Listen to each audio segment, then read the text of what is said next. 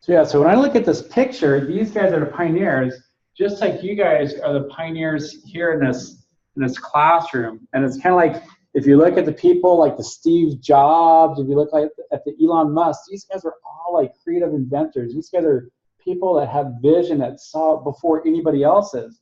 So I look at you guys, I look at people taking this class as the pioneers. Where do we see data analytics today? What do you guys think? Do we have data analytics out there, or what do you guys think? Is it in our lives, or no? So what about like when you put something in a shopping cart and it kind of follows you around? Look at if I'm watching CNN or news channels, I see Trivago. What's Trivago all about? Anybody seen that Trivago or Lending Tree or Rocket Mortgage? You guys see any of those commercials? So like Trivago, what does that guy say? He has all these hotels, and how does he get all these hotels? Like you have like these individual hotels, and everyone kind of has their rate. But what did this person do? He kind of brings them all together and aggregates them and takes this disparate data and rolls this into information. So part of this course is going to be all about taking huge amounts of data. I mean, it might be like, you know, probably everybody here has hopefully had some exposure to Excel a little bit, some. So in class, you know, when we did Excel, like in 120, I think George and Alex were in that class, we had like, I don't know what, like 20, 30 rows, maybe like 5, 10 columns, something like that. In this class, we're going to look at 1,000 rows of data and like maybe like 200 columns. We'll be able to do it and use things like autofill with these references. So you just literally do it, drag it over, drag it down. It's like, and everything fills in just like instantaneously. We'll be able to take items like in a couple weeks, we're going to do this example where we actually look at data from like this wine club, and you can send emails out to somebody with like these wine deals. But what about if you can target? What about if you could say these people like, any wine drinkers in here? Anybody like wine, or no? Yes, no? Maybe next semester I'll try to do it with beer or something like that, craft beer. Usually most college students are not. But if you look at it, it might be like, people like Pinot Noir, which is like a red wine, or maybe they like champagne, or maybe like wines from France, or maybe they like, items with a deep discount. And if you can send an email to somebody, instead of saying, hey, we have wine on sale, if a person really likes Pinot, you can say, hey, we have Pinot on sale in the subject line. How much more likely are you to read that if you like that? You're probably a lot more likely. And then at the top of that email, you say, hey, here's the wine deals we have, and Pinot Noir is at like the top, and that's what you're interested in. You're more likely to buy this. So at the end of the day, we can use data analytics to really start increasing the amount of revenue we get from consumers. If you start looking at things like cybersecurity, that's really hot. I mean, I would probably say the two hottest things in IT right now are data analytics and cybersecurity. Is there any link between these two? Hey, Brian. Good. So if we have like all this, so if you have like logs on cybersecurity, I mean, you're getting just like tons of records like every second. And then what happens is that, especially, were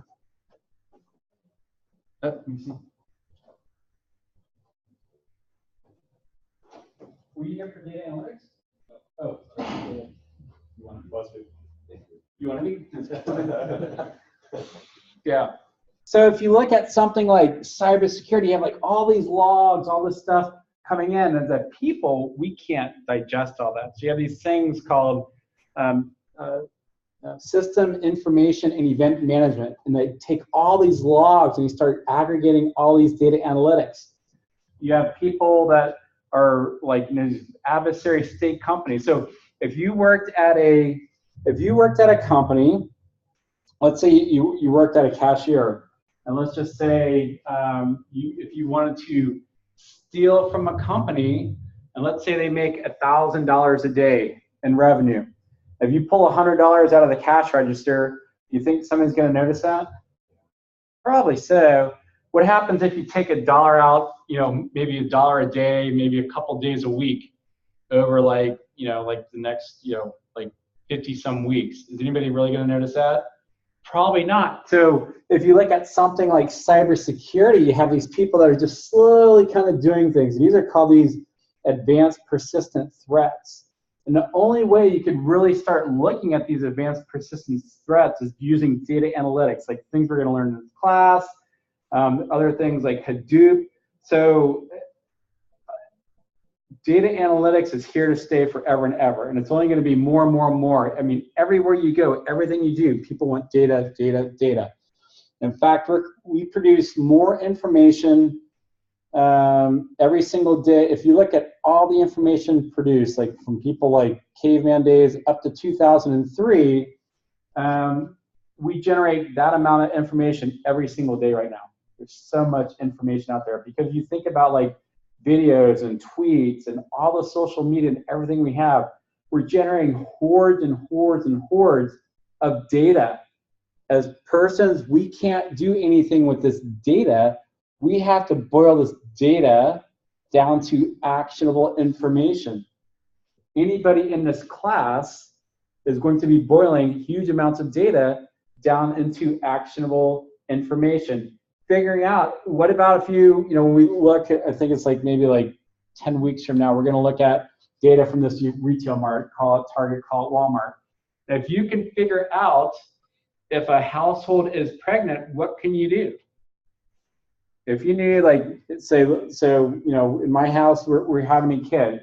If you're Target, what do you do with that information? How do you market it? How do you market it? What do you do? Depends on what they buy. It depends on what they buy. What about if you, I don't know, put a bug in your ear? So what might be things that they want to buy? Diapers, maybe vitamins, cribs, diaper genies, all this stuff. You could say, hey, here's a coupon for 10% off. I'm sorry? Are you getting in trouble for that? Because like, the daughter got in trouble because in 120 we kind of covered this example where they get a coupon from in the house from Target, and Target saying, hey, congratulations on being pregnant and everything, and we're like, we're not pregnant. And then the daughter's like, oh, mom, dad, got something to tell you. It's like, uh-oh. So yeah, so so we could start doing things. We could start marketing. I mean, this is all at the end of the day, it's all revenue profit driven.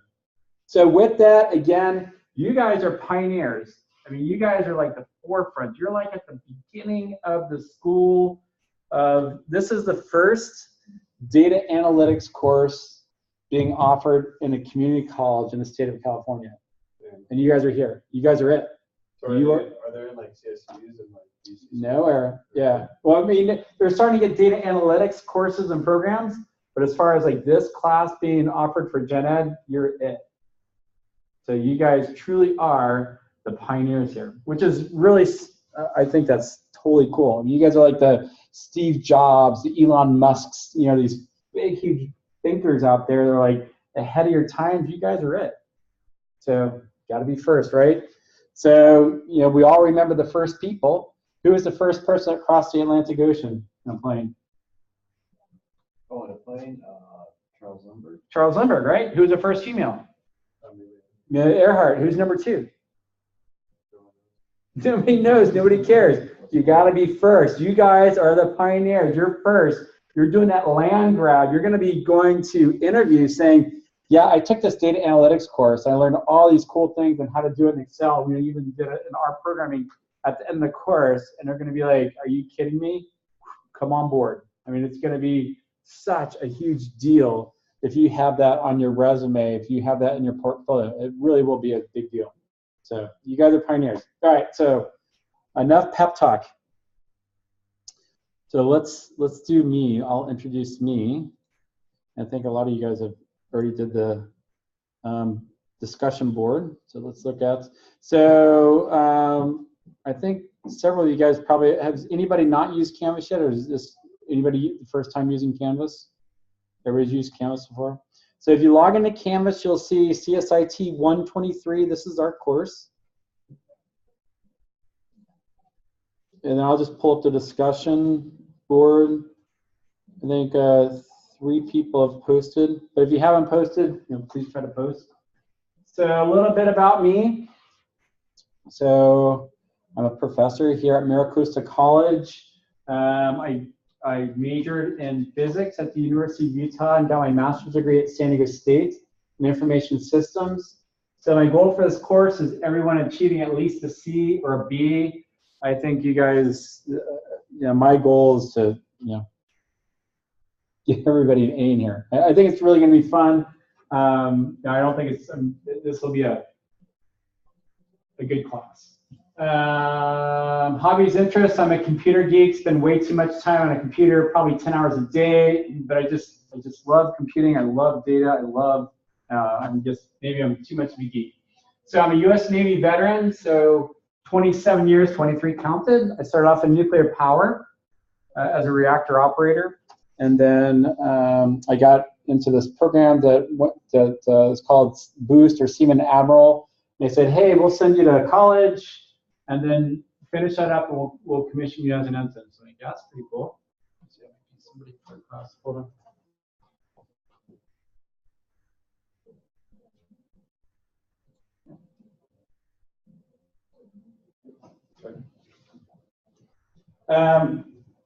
So I went back into nuclear power. Was on a submarine, and so I've been on a submarine, and my dream was always to be a pilot. So I did get my private pilot's license, although I haven't flown in a couple of years. It's pretty scary up in Southern California in the sky. There's a lot of traffic up there. But over the break, I created 7 new courses for a new cybersecurity degree. Went to ethical hacking training, and kind of built the whole curriculum for this course. So it was a really great summer, fun summer. I got to do a lot of curriculum development and looking forward. So I'm excited about that. So why don't you guys do a quick little introduction of each other, maybe your name, your thoughts, or why you're taking this course, and one interesting thing about you. So Brian? I'm Brian.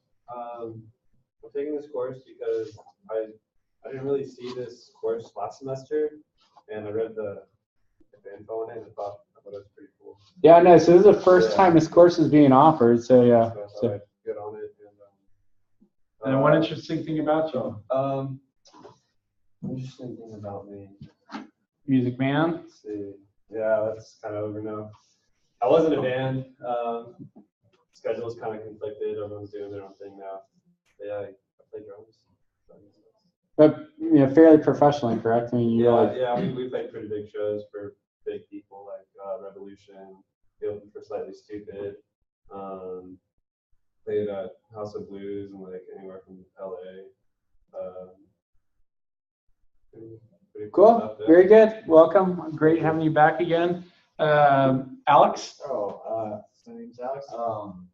I'm taking this course because, well, first Rick suggested it, and also I have a bachelor's in economics, so I figured that they would be a nice fit going with data aggregation. Yeah, absolutely. Absolutely. I'm a dual citizen, so I'm Australian and American. Very cool. Good. George? My name is George. I'm taking this course because Rick told us about it. Wasn't it 2 semesters ago? I think so, yeah. It was like it's coming. I think it's going to get it. But the cool, exciting thing about this is that this is CSU rated. I mean, this is like the same as, this is like taking V4. So this is like taking a stats class or UC 2A. So it's the first technical course in computer information studies that's ever been approved by the state of California too. So this course is like, it's like we just like shattered glass ceiling of things that we never did before, and Mira Costa was it. So how long was this like talked about before? For like 2 years. I've been working on this for 2 years now. But it took, I did that and had to work it through the states and everything else. So it's, so go. I'm sorry, George, I didn't mean to cut you off. Sorry. And, my major is computer administration and management. I'm also thinking business, so this is like perfect course. Yeah, this is awesome. Yeah, absolutely. All right, cool. Anthony? I don't know the reason to take this course. I plan on getting my master's in cybersecurity at San Marcos. Oh, very cool. It's kind of correlated. Yeah, this is huge. Yeah, I didn't really know what I was diving into. Cool.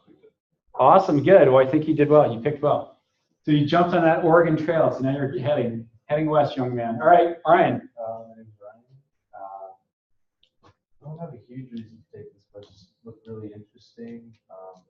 Something new, but getting ahead of the curve is important. Something interesting about me.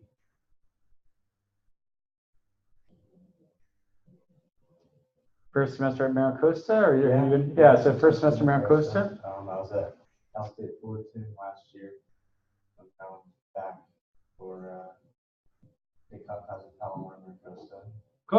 Cool. No, it'd be interesting to get your. So how many people? So I think Alex, you went to like 4-year school. Who else has been to 4-year schools? Have you, Brian, or George?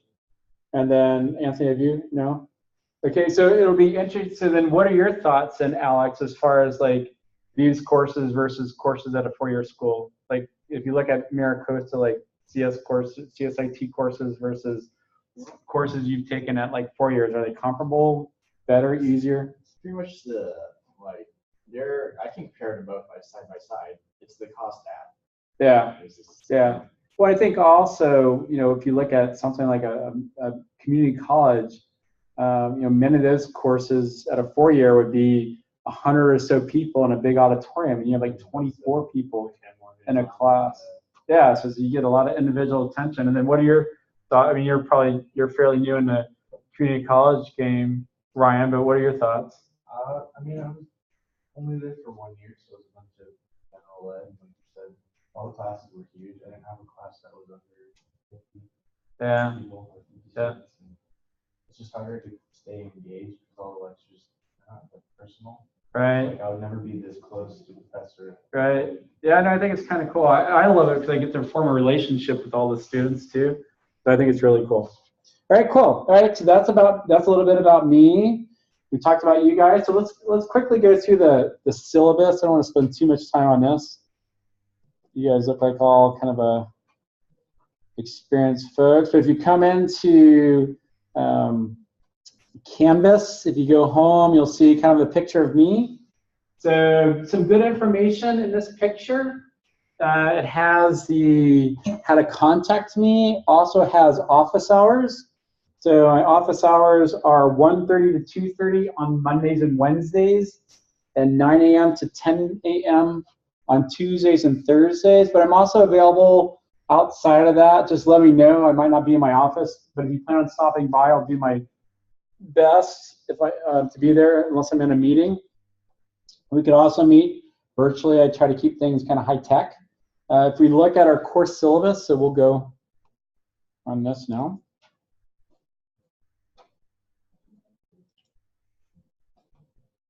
So again, so the top information is pretty much the same as the banner. Okay, so we're talking about. Oh wait, did I have the wrong? I don't have access. You guys don't have access to the course? Yeah, yes. Oh, okay.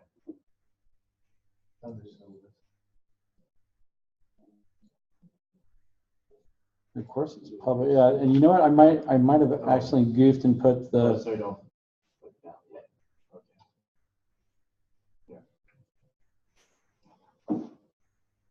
There we go. Yeah, I might have unloaded the wrong file in the other one. I'll fix that. So we're going to be introduction to data analytics. The whole thing is basically pulling data from all these different sources and solving business and social problems. A couple student learning outcomes. So the cool thing is most data analytics courses in 4-year schools are based on Python or R programming. So for a lot of students, that's like kind of like, yikes, I'm getting dumped into the deep end in programming, and you really don't get to see what's going on. These modules, it's kind of like somebody giving you a calculator on day one and saying, go have at it. But as you learned math, say like first grade and second grade, you kind of did everything manual. You got to see everything. And then they gave you a calculator. The cool thing about this course is that by us using Excel, one, it's much more approachable, I think. Two, you actually kind of get to see in between, instead of getting a black box and saying press the button and go, we're actually going to get to see what's happening behind the scenes using Excel.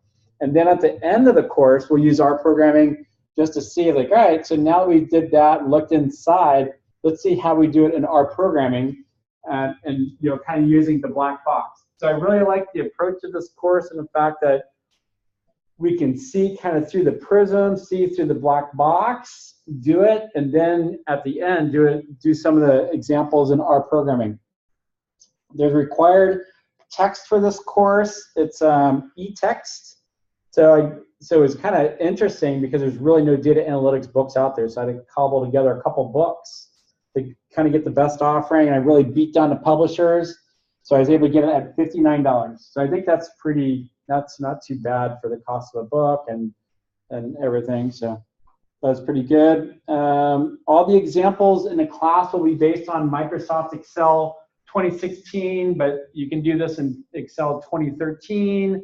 You can do it in an open office, and if you have Macs, you can do it there. So it's not like anybody that took CSIT 120 where you had to have for Windows. But again, all the examples in class will be based on Microsoft Excel 2016 for Windows. But easy enough to go back and forth to those. So we'll have 2 exams this semester, a midterm and a final.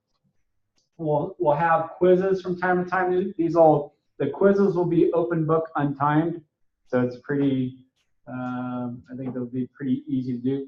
Right. The exams are 2 exams including a midterm and a final, or yeah, so there's just a midterm and a final. Yeah, and I don't think, so we'll go over, you know, the examples in class, and I think you guys will be pretty well prepared. I mean, I'm looking to keep this like pretty, no, not simple, but, you know, hi, data analytics?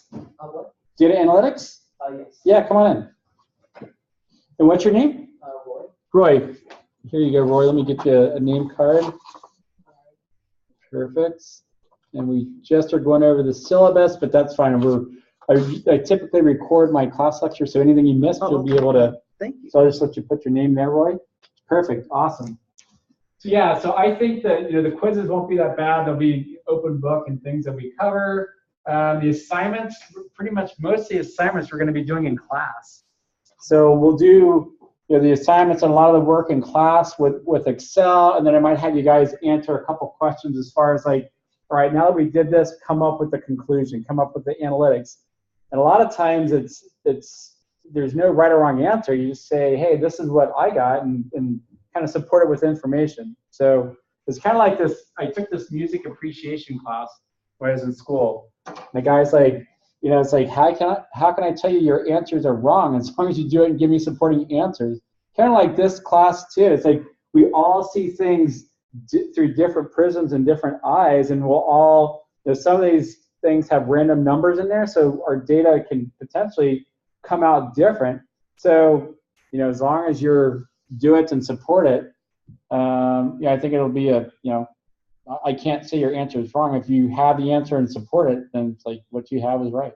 So yeah, and then in-class participation, 10 points. So show up and work in class. So I think it's going to be pretty easy to get a good grade in this course, I guess is what I'm getting at. So you guys are pioneers in getting good grades. Late work, 10% the first week, 20% the second week after. Like I said, I think most of the work we'll be doing in class, so as long as you're showing up, it's pretty easy. Question answer, so if ever you can't reach me, if you put in our discussion board in Canvas, we could put questions out there, and you guys can even work with each other. I love when students collaborate. If anybody has any disabilities, please let me know. We can do accommodations.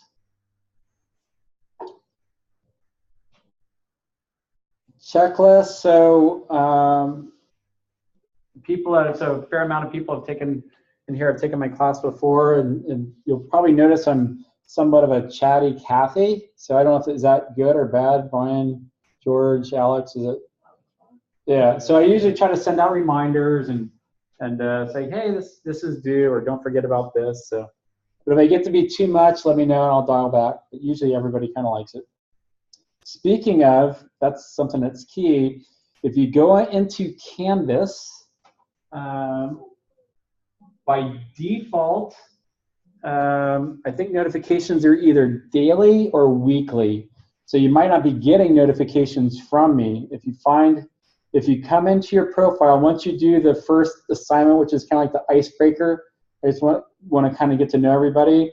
If you click on this icon up here, this is your account icon. If you go into your profile, you can load up a picture. So if you just click on this, you can change your profile picture. So I'm looking for everybody to put either a picture of themselves or some avatar that represents them. It doesn't have to be a picture. And then the key thing here is if you go, so not everybody likes emails. A lot of days people prefer text over emails. If that's you, Canvas is set up, instead of getting notifications by email, you can get them by text or text and email. So if you go into settings under your profile, over here on the right-hand side, you'll see this contact method. If you click on contact method, you can add in your cell phone. And then once you successfully add in your phone and verify it, you can go to notifications. And then you can dial in on this left column. These are notify me right away. Things like announcements. You probably want to have at least announcements checked to be right away. At least that or daily summary. And then probably the same thing on your cell phone, or just have your cell phone and turn off the email if you don't want to check emails. And this will give you notifications. You know, once I grade items, if you want to get that, then you can click that on too. So the second I grade it, you'll get notified. Then discussion boards, you can do that as well. So it offers a lot of flexibility for students. But again, I think the key thing here is that it offers texting that Blackboard didn't. So I put that out there. All right, so back into our syllabus. So I guess on this checklist for success, ideally you want to be checking emails or texts every day. And you can subscribe to the question answer forum. So if anybody puts something out there, you'll get notice right away. And then the strategies and final note. So I truly am here to have you guys succeed. You know, dropping a course or being dropped should be a rare last resort. I can work with you. If you have something coming up, let me know. You know, usually people that invest little small chunks through the week do better versus just trying to like cram things in. So. But at any given time, if you have any questions about life, about what to take in CSIT, about anything, I don't care. Come see me in my office. Come reach out to me on Zoom, and I'll help you the best I can. And then here's the topics we're going to cover. So the first thing we're going to do is I was hoping we were going to do the Who Am I game, but we kind of did introductions already. So we might even start covering Excel basics today. And then we're going to do like an introduction to statistics. This will kind of help us get grounded. A lot of the things we'll do will be based on statistics, but I'm not going to go really deep in. We'll do things like means, modes, medians. And then we'll get into our first kind of like data analytics starting September 7th. So we'll start looking at cluster analysis. So that'll be based on the wine deals. So that's kind of cool. We'll do a little bit of probability, and then that'll set us up for this thing called naive Bayes, where we can start looking at tweets. So if you're a company, and maybe there's a keyword you're searching for, it might be that maybe only 10 or 20% of those tweets apply to you. So let's say if there's 1,000 tweets that come in today, for let's say if you're MiraCosta, let's say you're, what's something unique at MiraCosta College? That might be something somewhere else. Can anybody think of any ideas? Let's say something like bookstore. So if you have like, if you care about, you know, bookstore MiraCosta, and if you're looking at tweets, let's say that, you know, if you have 1,000 bookstore tweets out there, like 900 are for others, and maybe 100 are for Miracosta. So if you're a company looking at social media, you probably don't care about all 1,000. You just want to look at that 100. So how many more people does it take to look at 1,000 emails a day or 1,000 tweets a day versus 100?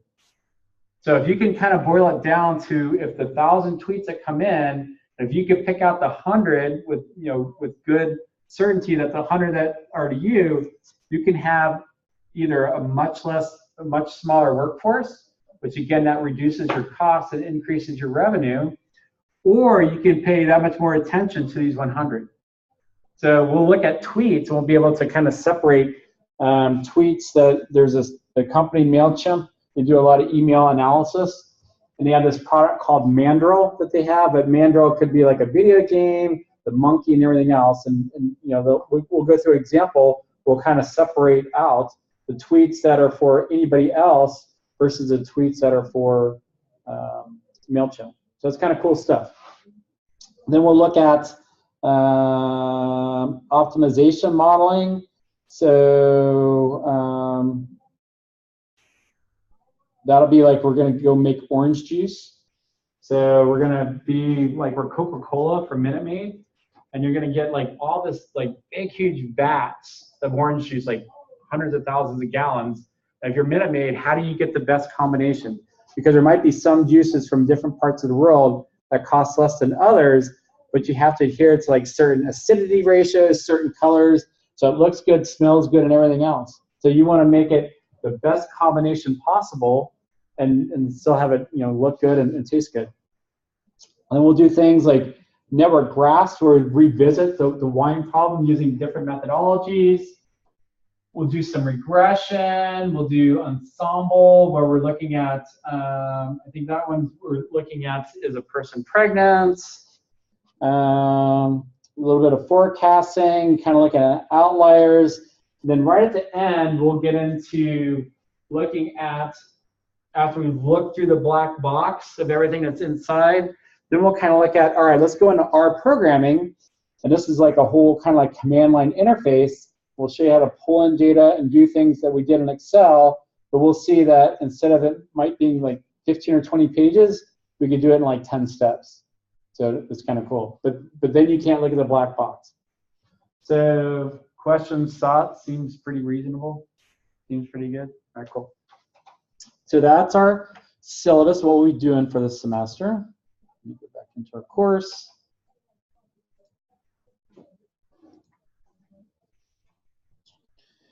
All right, and then, so announcements, syllabus, grades, you'll be able to find the grades. So the best way to navigate through our course is through modules.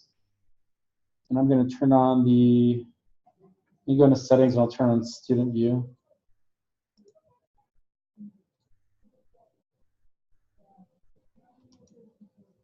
And if we go into modules, so I just have the first couple turned on. So this is how you'll access the Wirely Engage.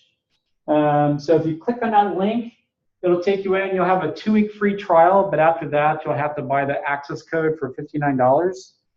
And then here's a link that'll take you to that access code purchase. You can also purchase the code at the bookstore if the person's on financial aid. So I just, for now, I just exposed the first 2 modules. So there's a day 1 article. We'll take a look at that here in a second. And then here's the resources. Again, that takes you into Wirely Engage.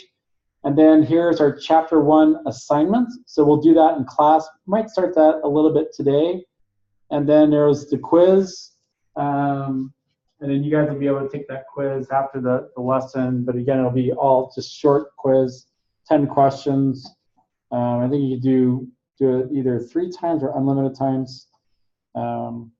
But yeah, and then we'll go into chapter 2 and so on. So this will kind of be a work in progress and build over the semester. And let's take a look at this day 1 article. So why don't you guys pull that up really quick.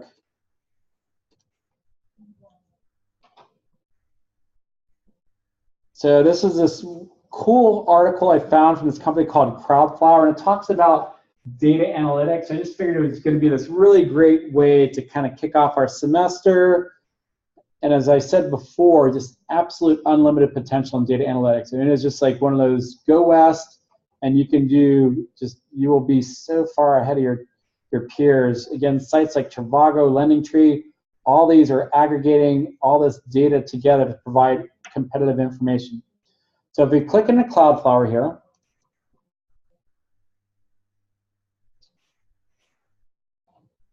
so there's this data scientist report, 2017 data scientist report.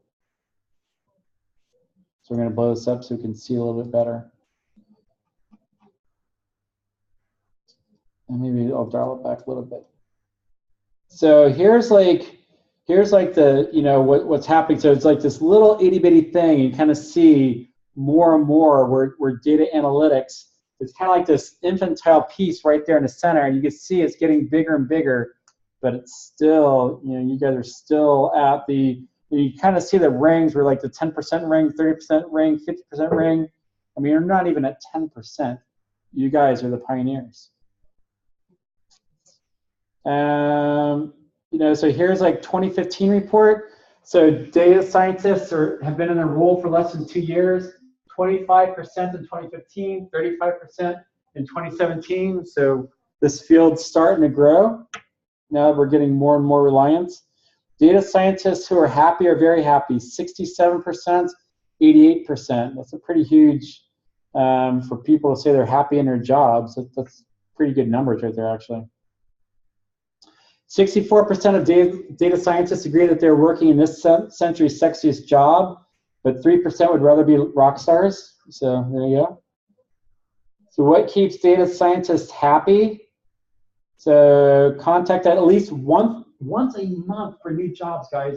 89% of these people are basically being poached to go to a different company. These people are making 6-digit figures. This is craziness. So 89% are getting poached every month. So you do this, you throw it in LinkedIn. Hey, I do data science, you know, data analyst, taking this course, and you're going to start getting hit. I can tell you'll start getting hits on LinkedIn, especially if you start coupling it with, like, you know, Alex has economics, George, you're doing like computer science. So if you're doing any field and you combine data analytics with that, I mean, you're just going to become a rock star. You're just going to separate yourself away from the pack. 50% contact on a weekly basis, guys. Half these people are being contacted every single week for a new job. Craziness. I don't know of any job that has that. Maybe cyber, if you're really amazing. You know, 30% are being contacted several times a week. So could you imagine, like, twice a week you're being contacted?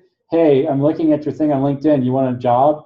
Sure, I'm making $100,000. Can you give me 100? Go big. 130,000. Can't do that. I could do 120,000. Okay. You're there 6 months. Like, hey, I'm making $120. The next guy calls, like, hey, I want to make $140. We could do $130. Sure, I'll do that. I mean, guys, like, you could write your own tickets here. This is craziness. Okay, what makes them happy? Collecting, labeling, cleaning, organizing data, building, modeling data. That's what we'll be doing here. Mining data patterns. 3 tasks you enjoy the most and the least. So mining data patterns and building data models. This is what that people like the most. What they hate the least is collecting data sets, labeling data. This is kind of like data cleanup. So it's kind of, we'll do a little bit of that in here. More data on the data.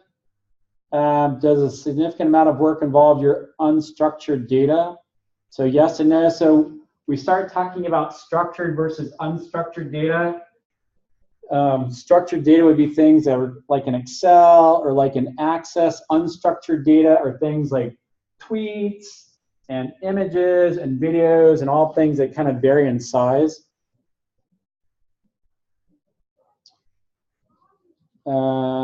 Access to quality cited as #1 roadblock.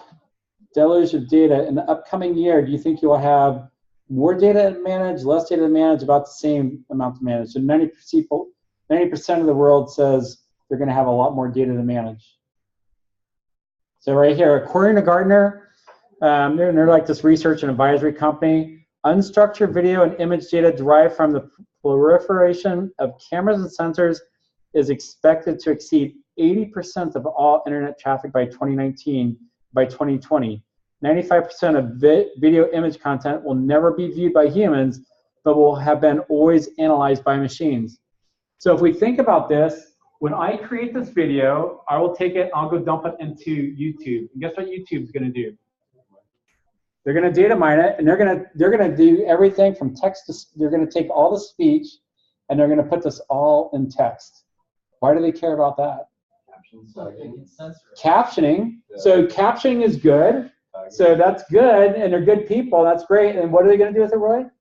Well, there's a big thing, I don't know if you heard, but YouTube Heroes was based on captioning videos in order to find offensive or sensitive content so they can take them down. Well, and they can do that, but no, what about, and they can also start, so on YouTube, you see like these advertisements, and then how do they know what advertisement to give you?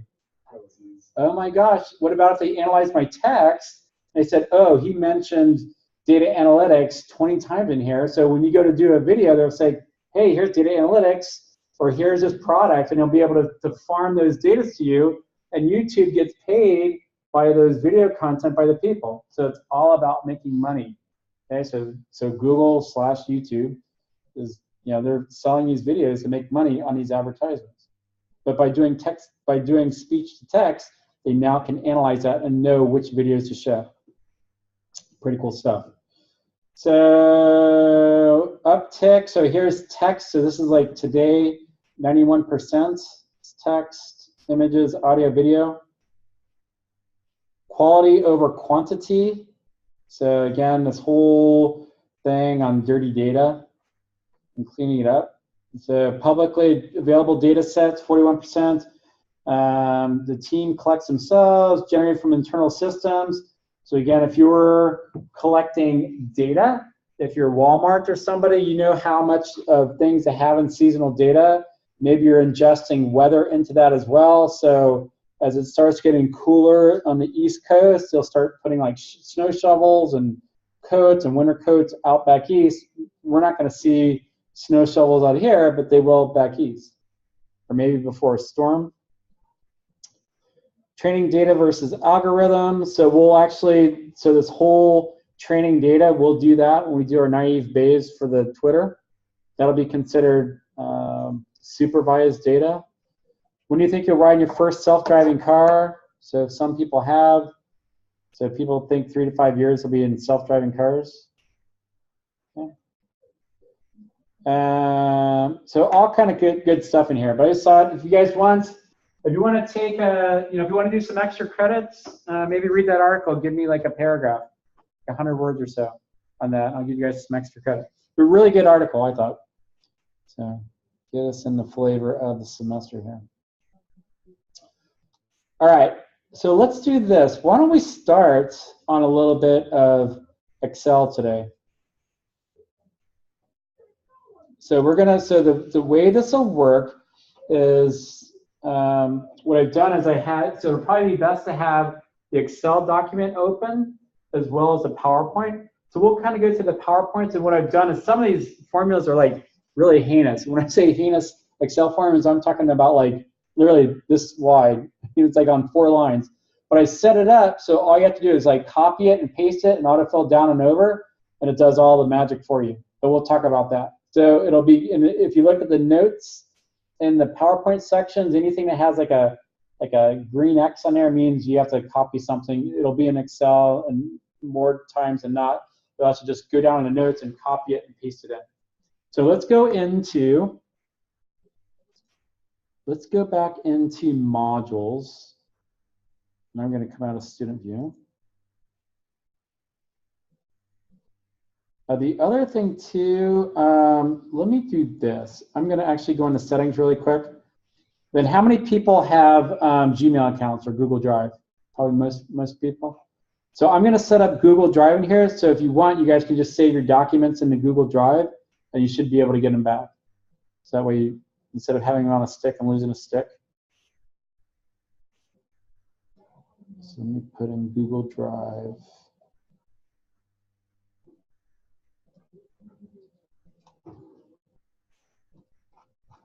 I'll save this really quick. And now if you guys refresh, you should see Google Drive. And if you guys want to spend like 30 seconds setting it up, if you just click Google Drive, it should ask you for your information.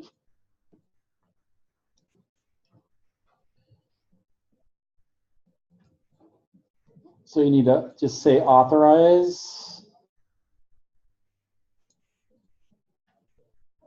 And then you just put your email. And then once you do that, you can just create a folder and then drag it in. That way you can just kind of really easily go back and forth.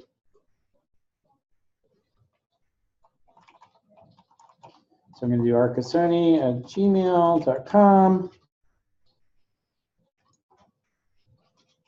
I'll put in my password.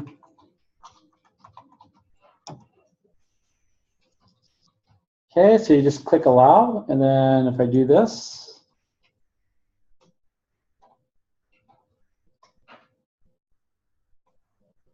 and then now if I come into Google Drive, I should be able to see all of my, oh, there it goes. Choose an account, allow.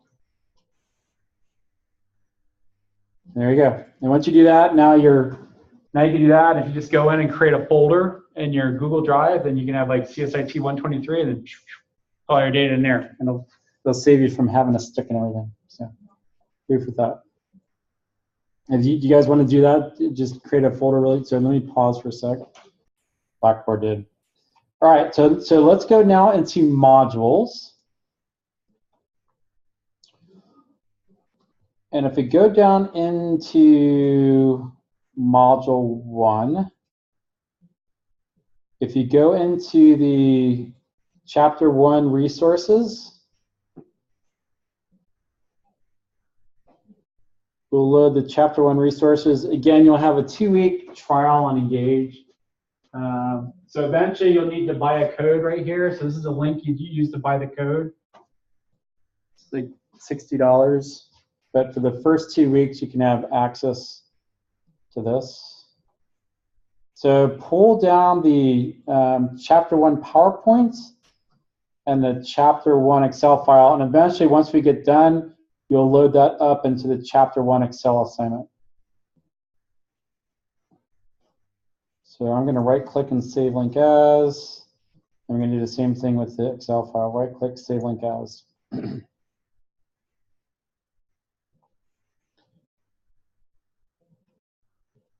going to open this guy up, the PowerPoint, and we're going to open up the concessions class. And what you can do, my recommendation is either put the Excel on the right and the PowerPoint on the left. So if you just simply drag this over to the left-hand side, it'll fill half the screen. And if you just pop in the PowerPoint, it'll be on the other half. And that way you get it, because it'll be really nice to kind of, like I said, some things like the things with the green X's, you'll copy and paste over to Excel. So it'll be really convenient to have that. And you'll just click enable editing on the Excel.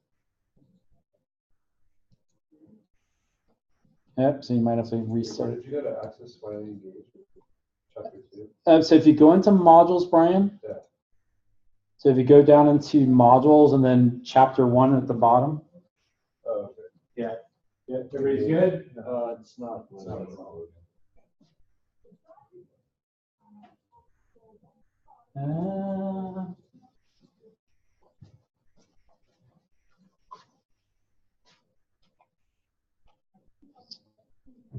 Let's do this. Go up into modules. And then click on the Access Wirely Engage. So this is the first time I've used Wirely Engage. So I'm kind of learning on this one too. So click on Access Wirely Engage and see what that does. Is that taking you somewhere?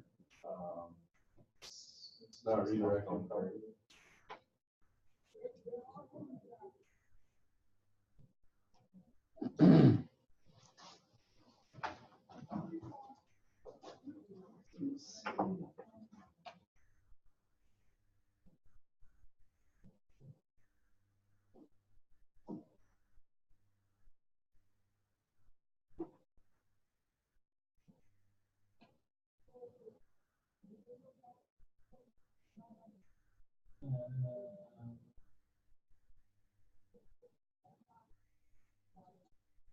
So is anybody using this in Chrome, or are you guys all using Firefox? So is it working in Chrome? Is that working in Chrome? All right, so let's do this. I will put these documents in the modules. Module 1.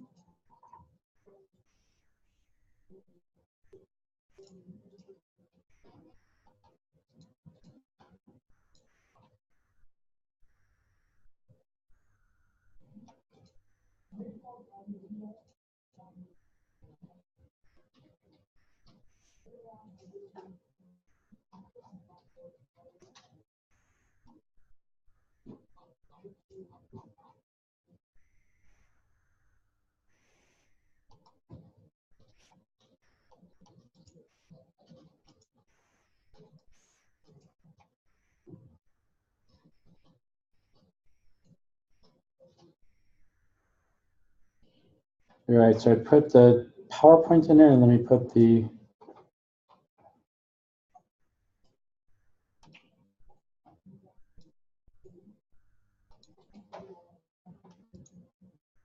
Excel file. And I'll go work with Barley to figure out what's going on.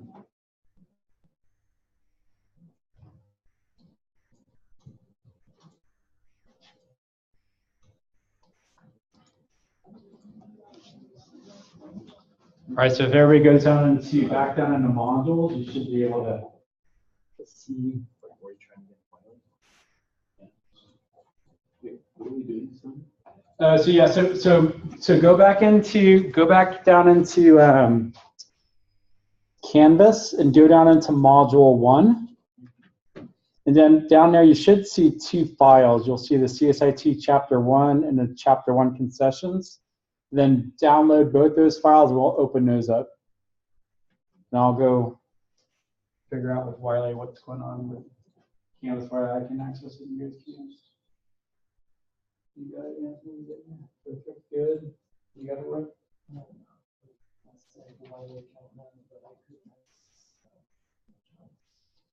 Okay, that's fine. So why don't you go? Let me figure that out, and then for now, yeah, it's $60 for that one. So then, if you go into you get a 2-week free trial. Yeah. So don't worry about that for now. Just go into our modules, and then down the chapter, the last 2. Yeah. So download those last 2. All right. Perfect. Awesome. All right. You got it. Yeah. So you want to download. All right. Perfect. All right. So I think everybody's getting there.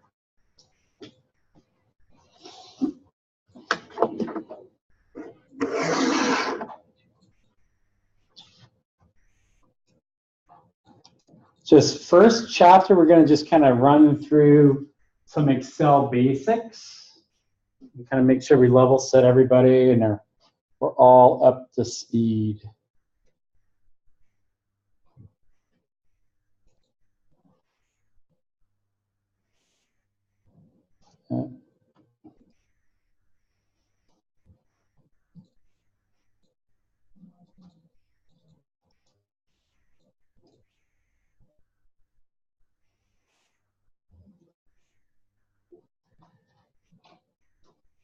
All right, perfect. So everybody's ready to jump in? Give me not ready to go? All right, so this first objective, what we're going to do is use spreadsheet lookup functions, and we're actually going to get into Solver. We're actually going to start looking at some very simple business optimization problems. It's amazing. I think most people that use Excel touch about 10%, and the people that think they're gurus are touching maybe 20%. You guys are going to probably be touching about like 60 or 70%. So worst case scenario, when you come out of this class, if you say, hey, data analytics was good, you guys are going to become like Excel gurus beyond anybody you know. I challenge you will know more about Excel than anybody else you know. It'll be pretty cool.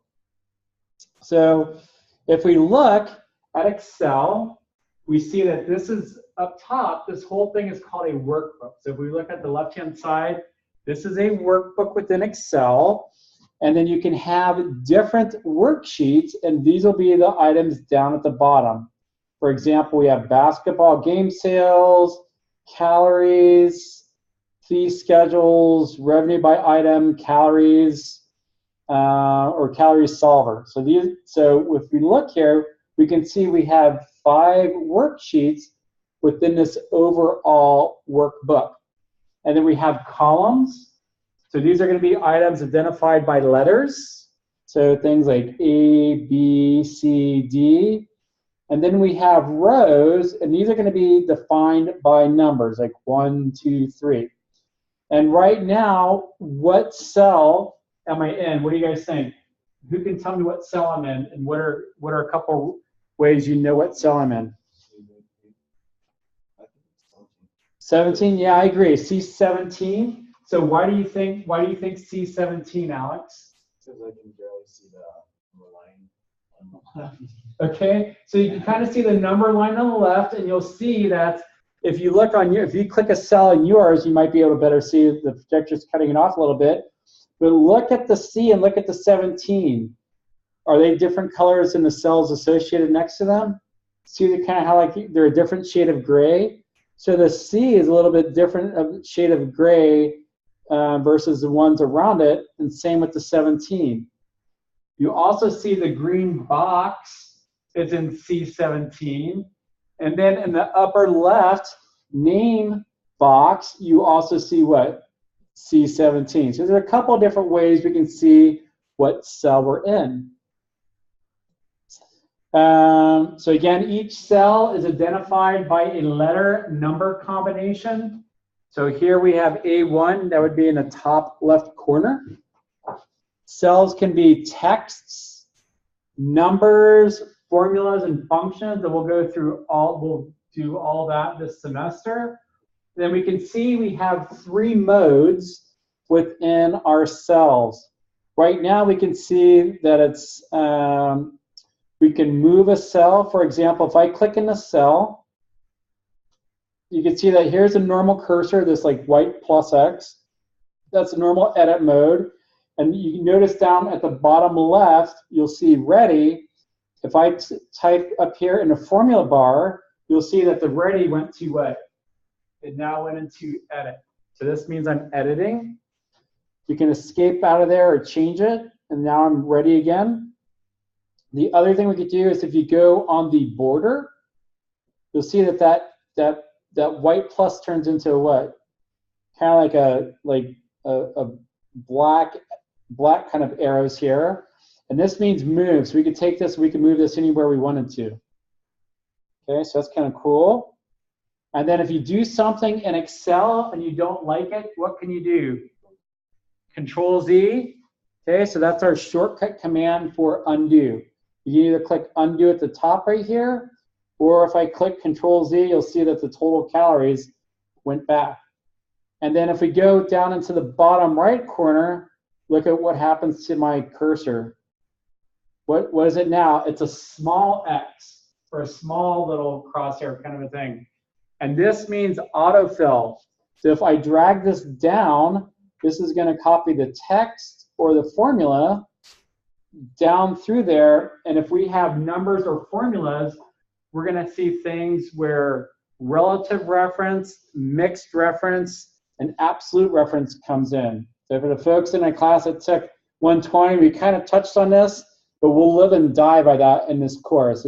We'll be able to do amazing things with referencing. So that'll be like a huge force multiplier for you guys. All right. Okay, so ranges. So sometimes we might see something written like, let's say we have B1.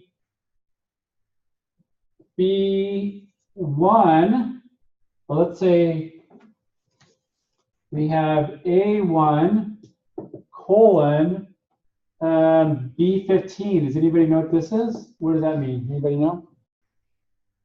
So what would we call that? Cell range. So it's a cell range, good, awesome. And then so this is essentially going to be a block of cells. So the A1 would represent what?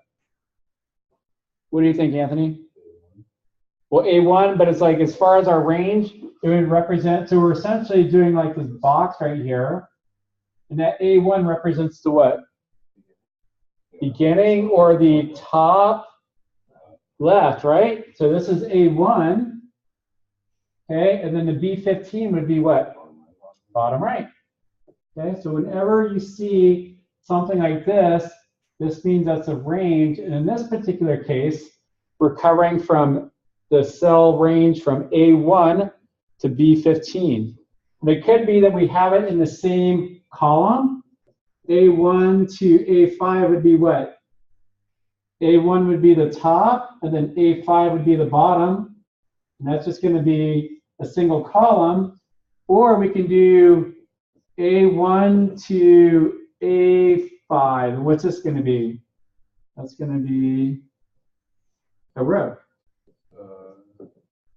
Wait, wouldn't it be, It would be like C5 or D5 or something. yeah. Thank you. Or A1 to C1, sorry.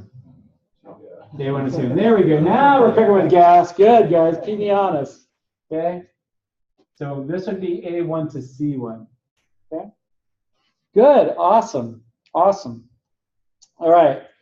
And then some shortcuts that'll help us out. To cut, that's Control plus X. If you're on a Mac, it would be like the little butterfly thing, Command X. Copy is Control C.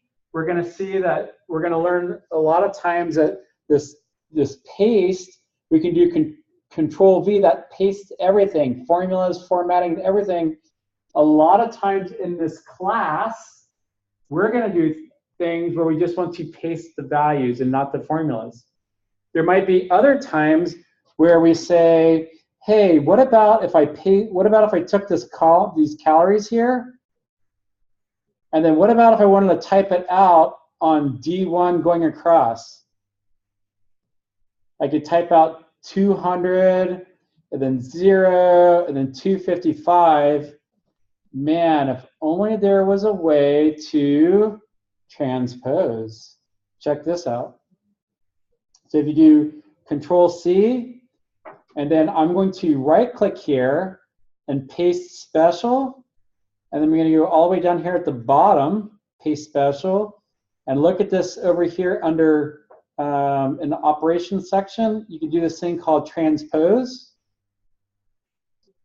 And click OK.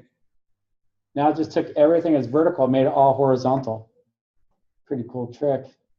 Instead of typing it all out. So again, you got to look in this class. This is a very simple example. In this class, you'll never see something that has like 2 columns. Outside of chapter 1, you'll never see anything that has 2 columns and like 16 rows. You're going to see like 200 columns and maybe 1,000 rows. Big data analytics, right? That's for those other classes where we just kind of learn. All right, so that's going to be a huge item for us. And then we have find and replace. So sometimes we'll have a formula, we just want to replace something. And then auto sum down carrots.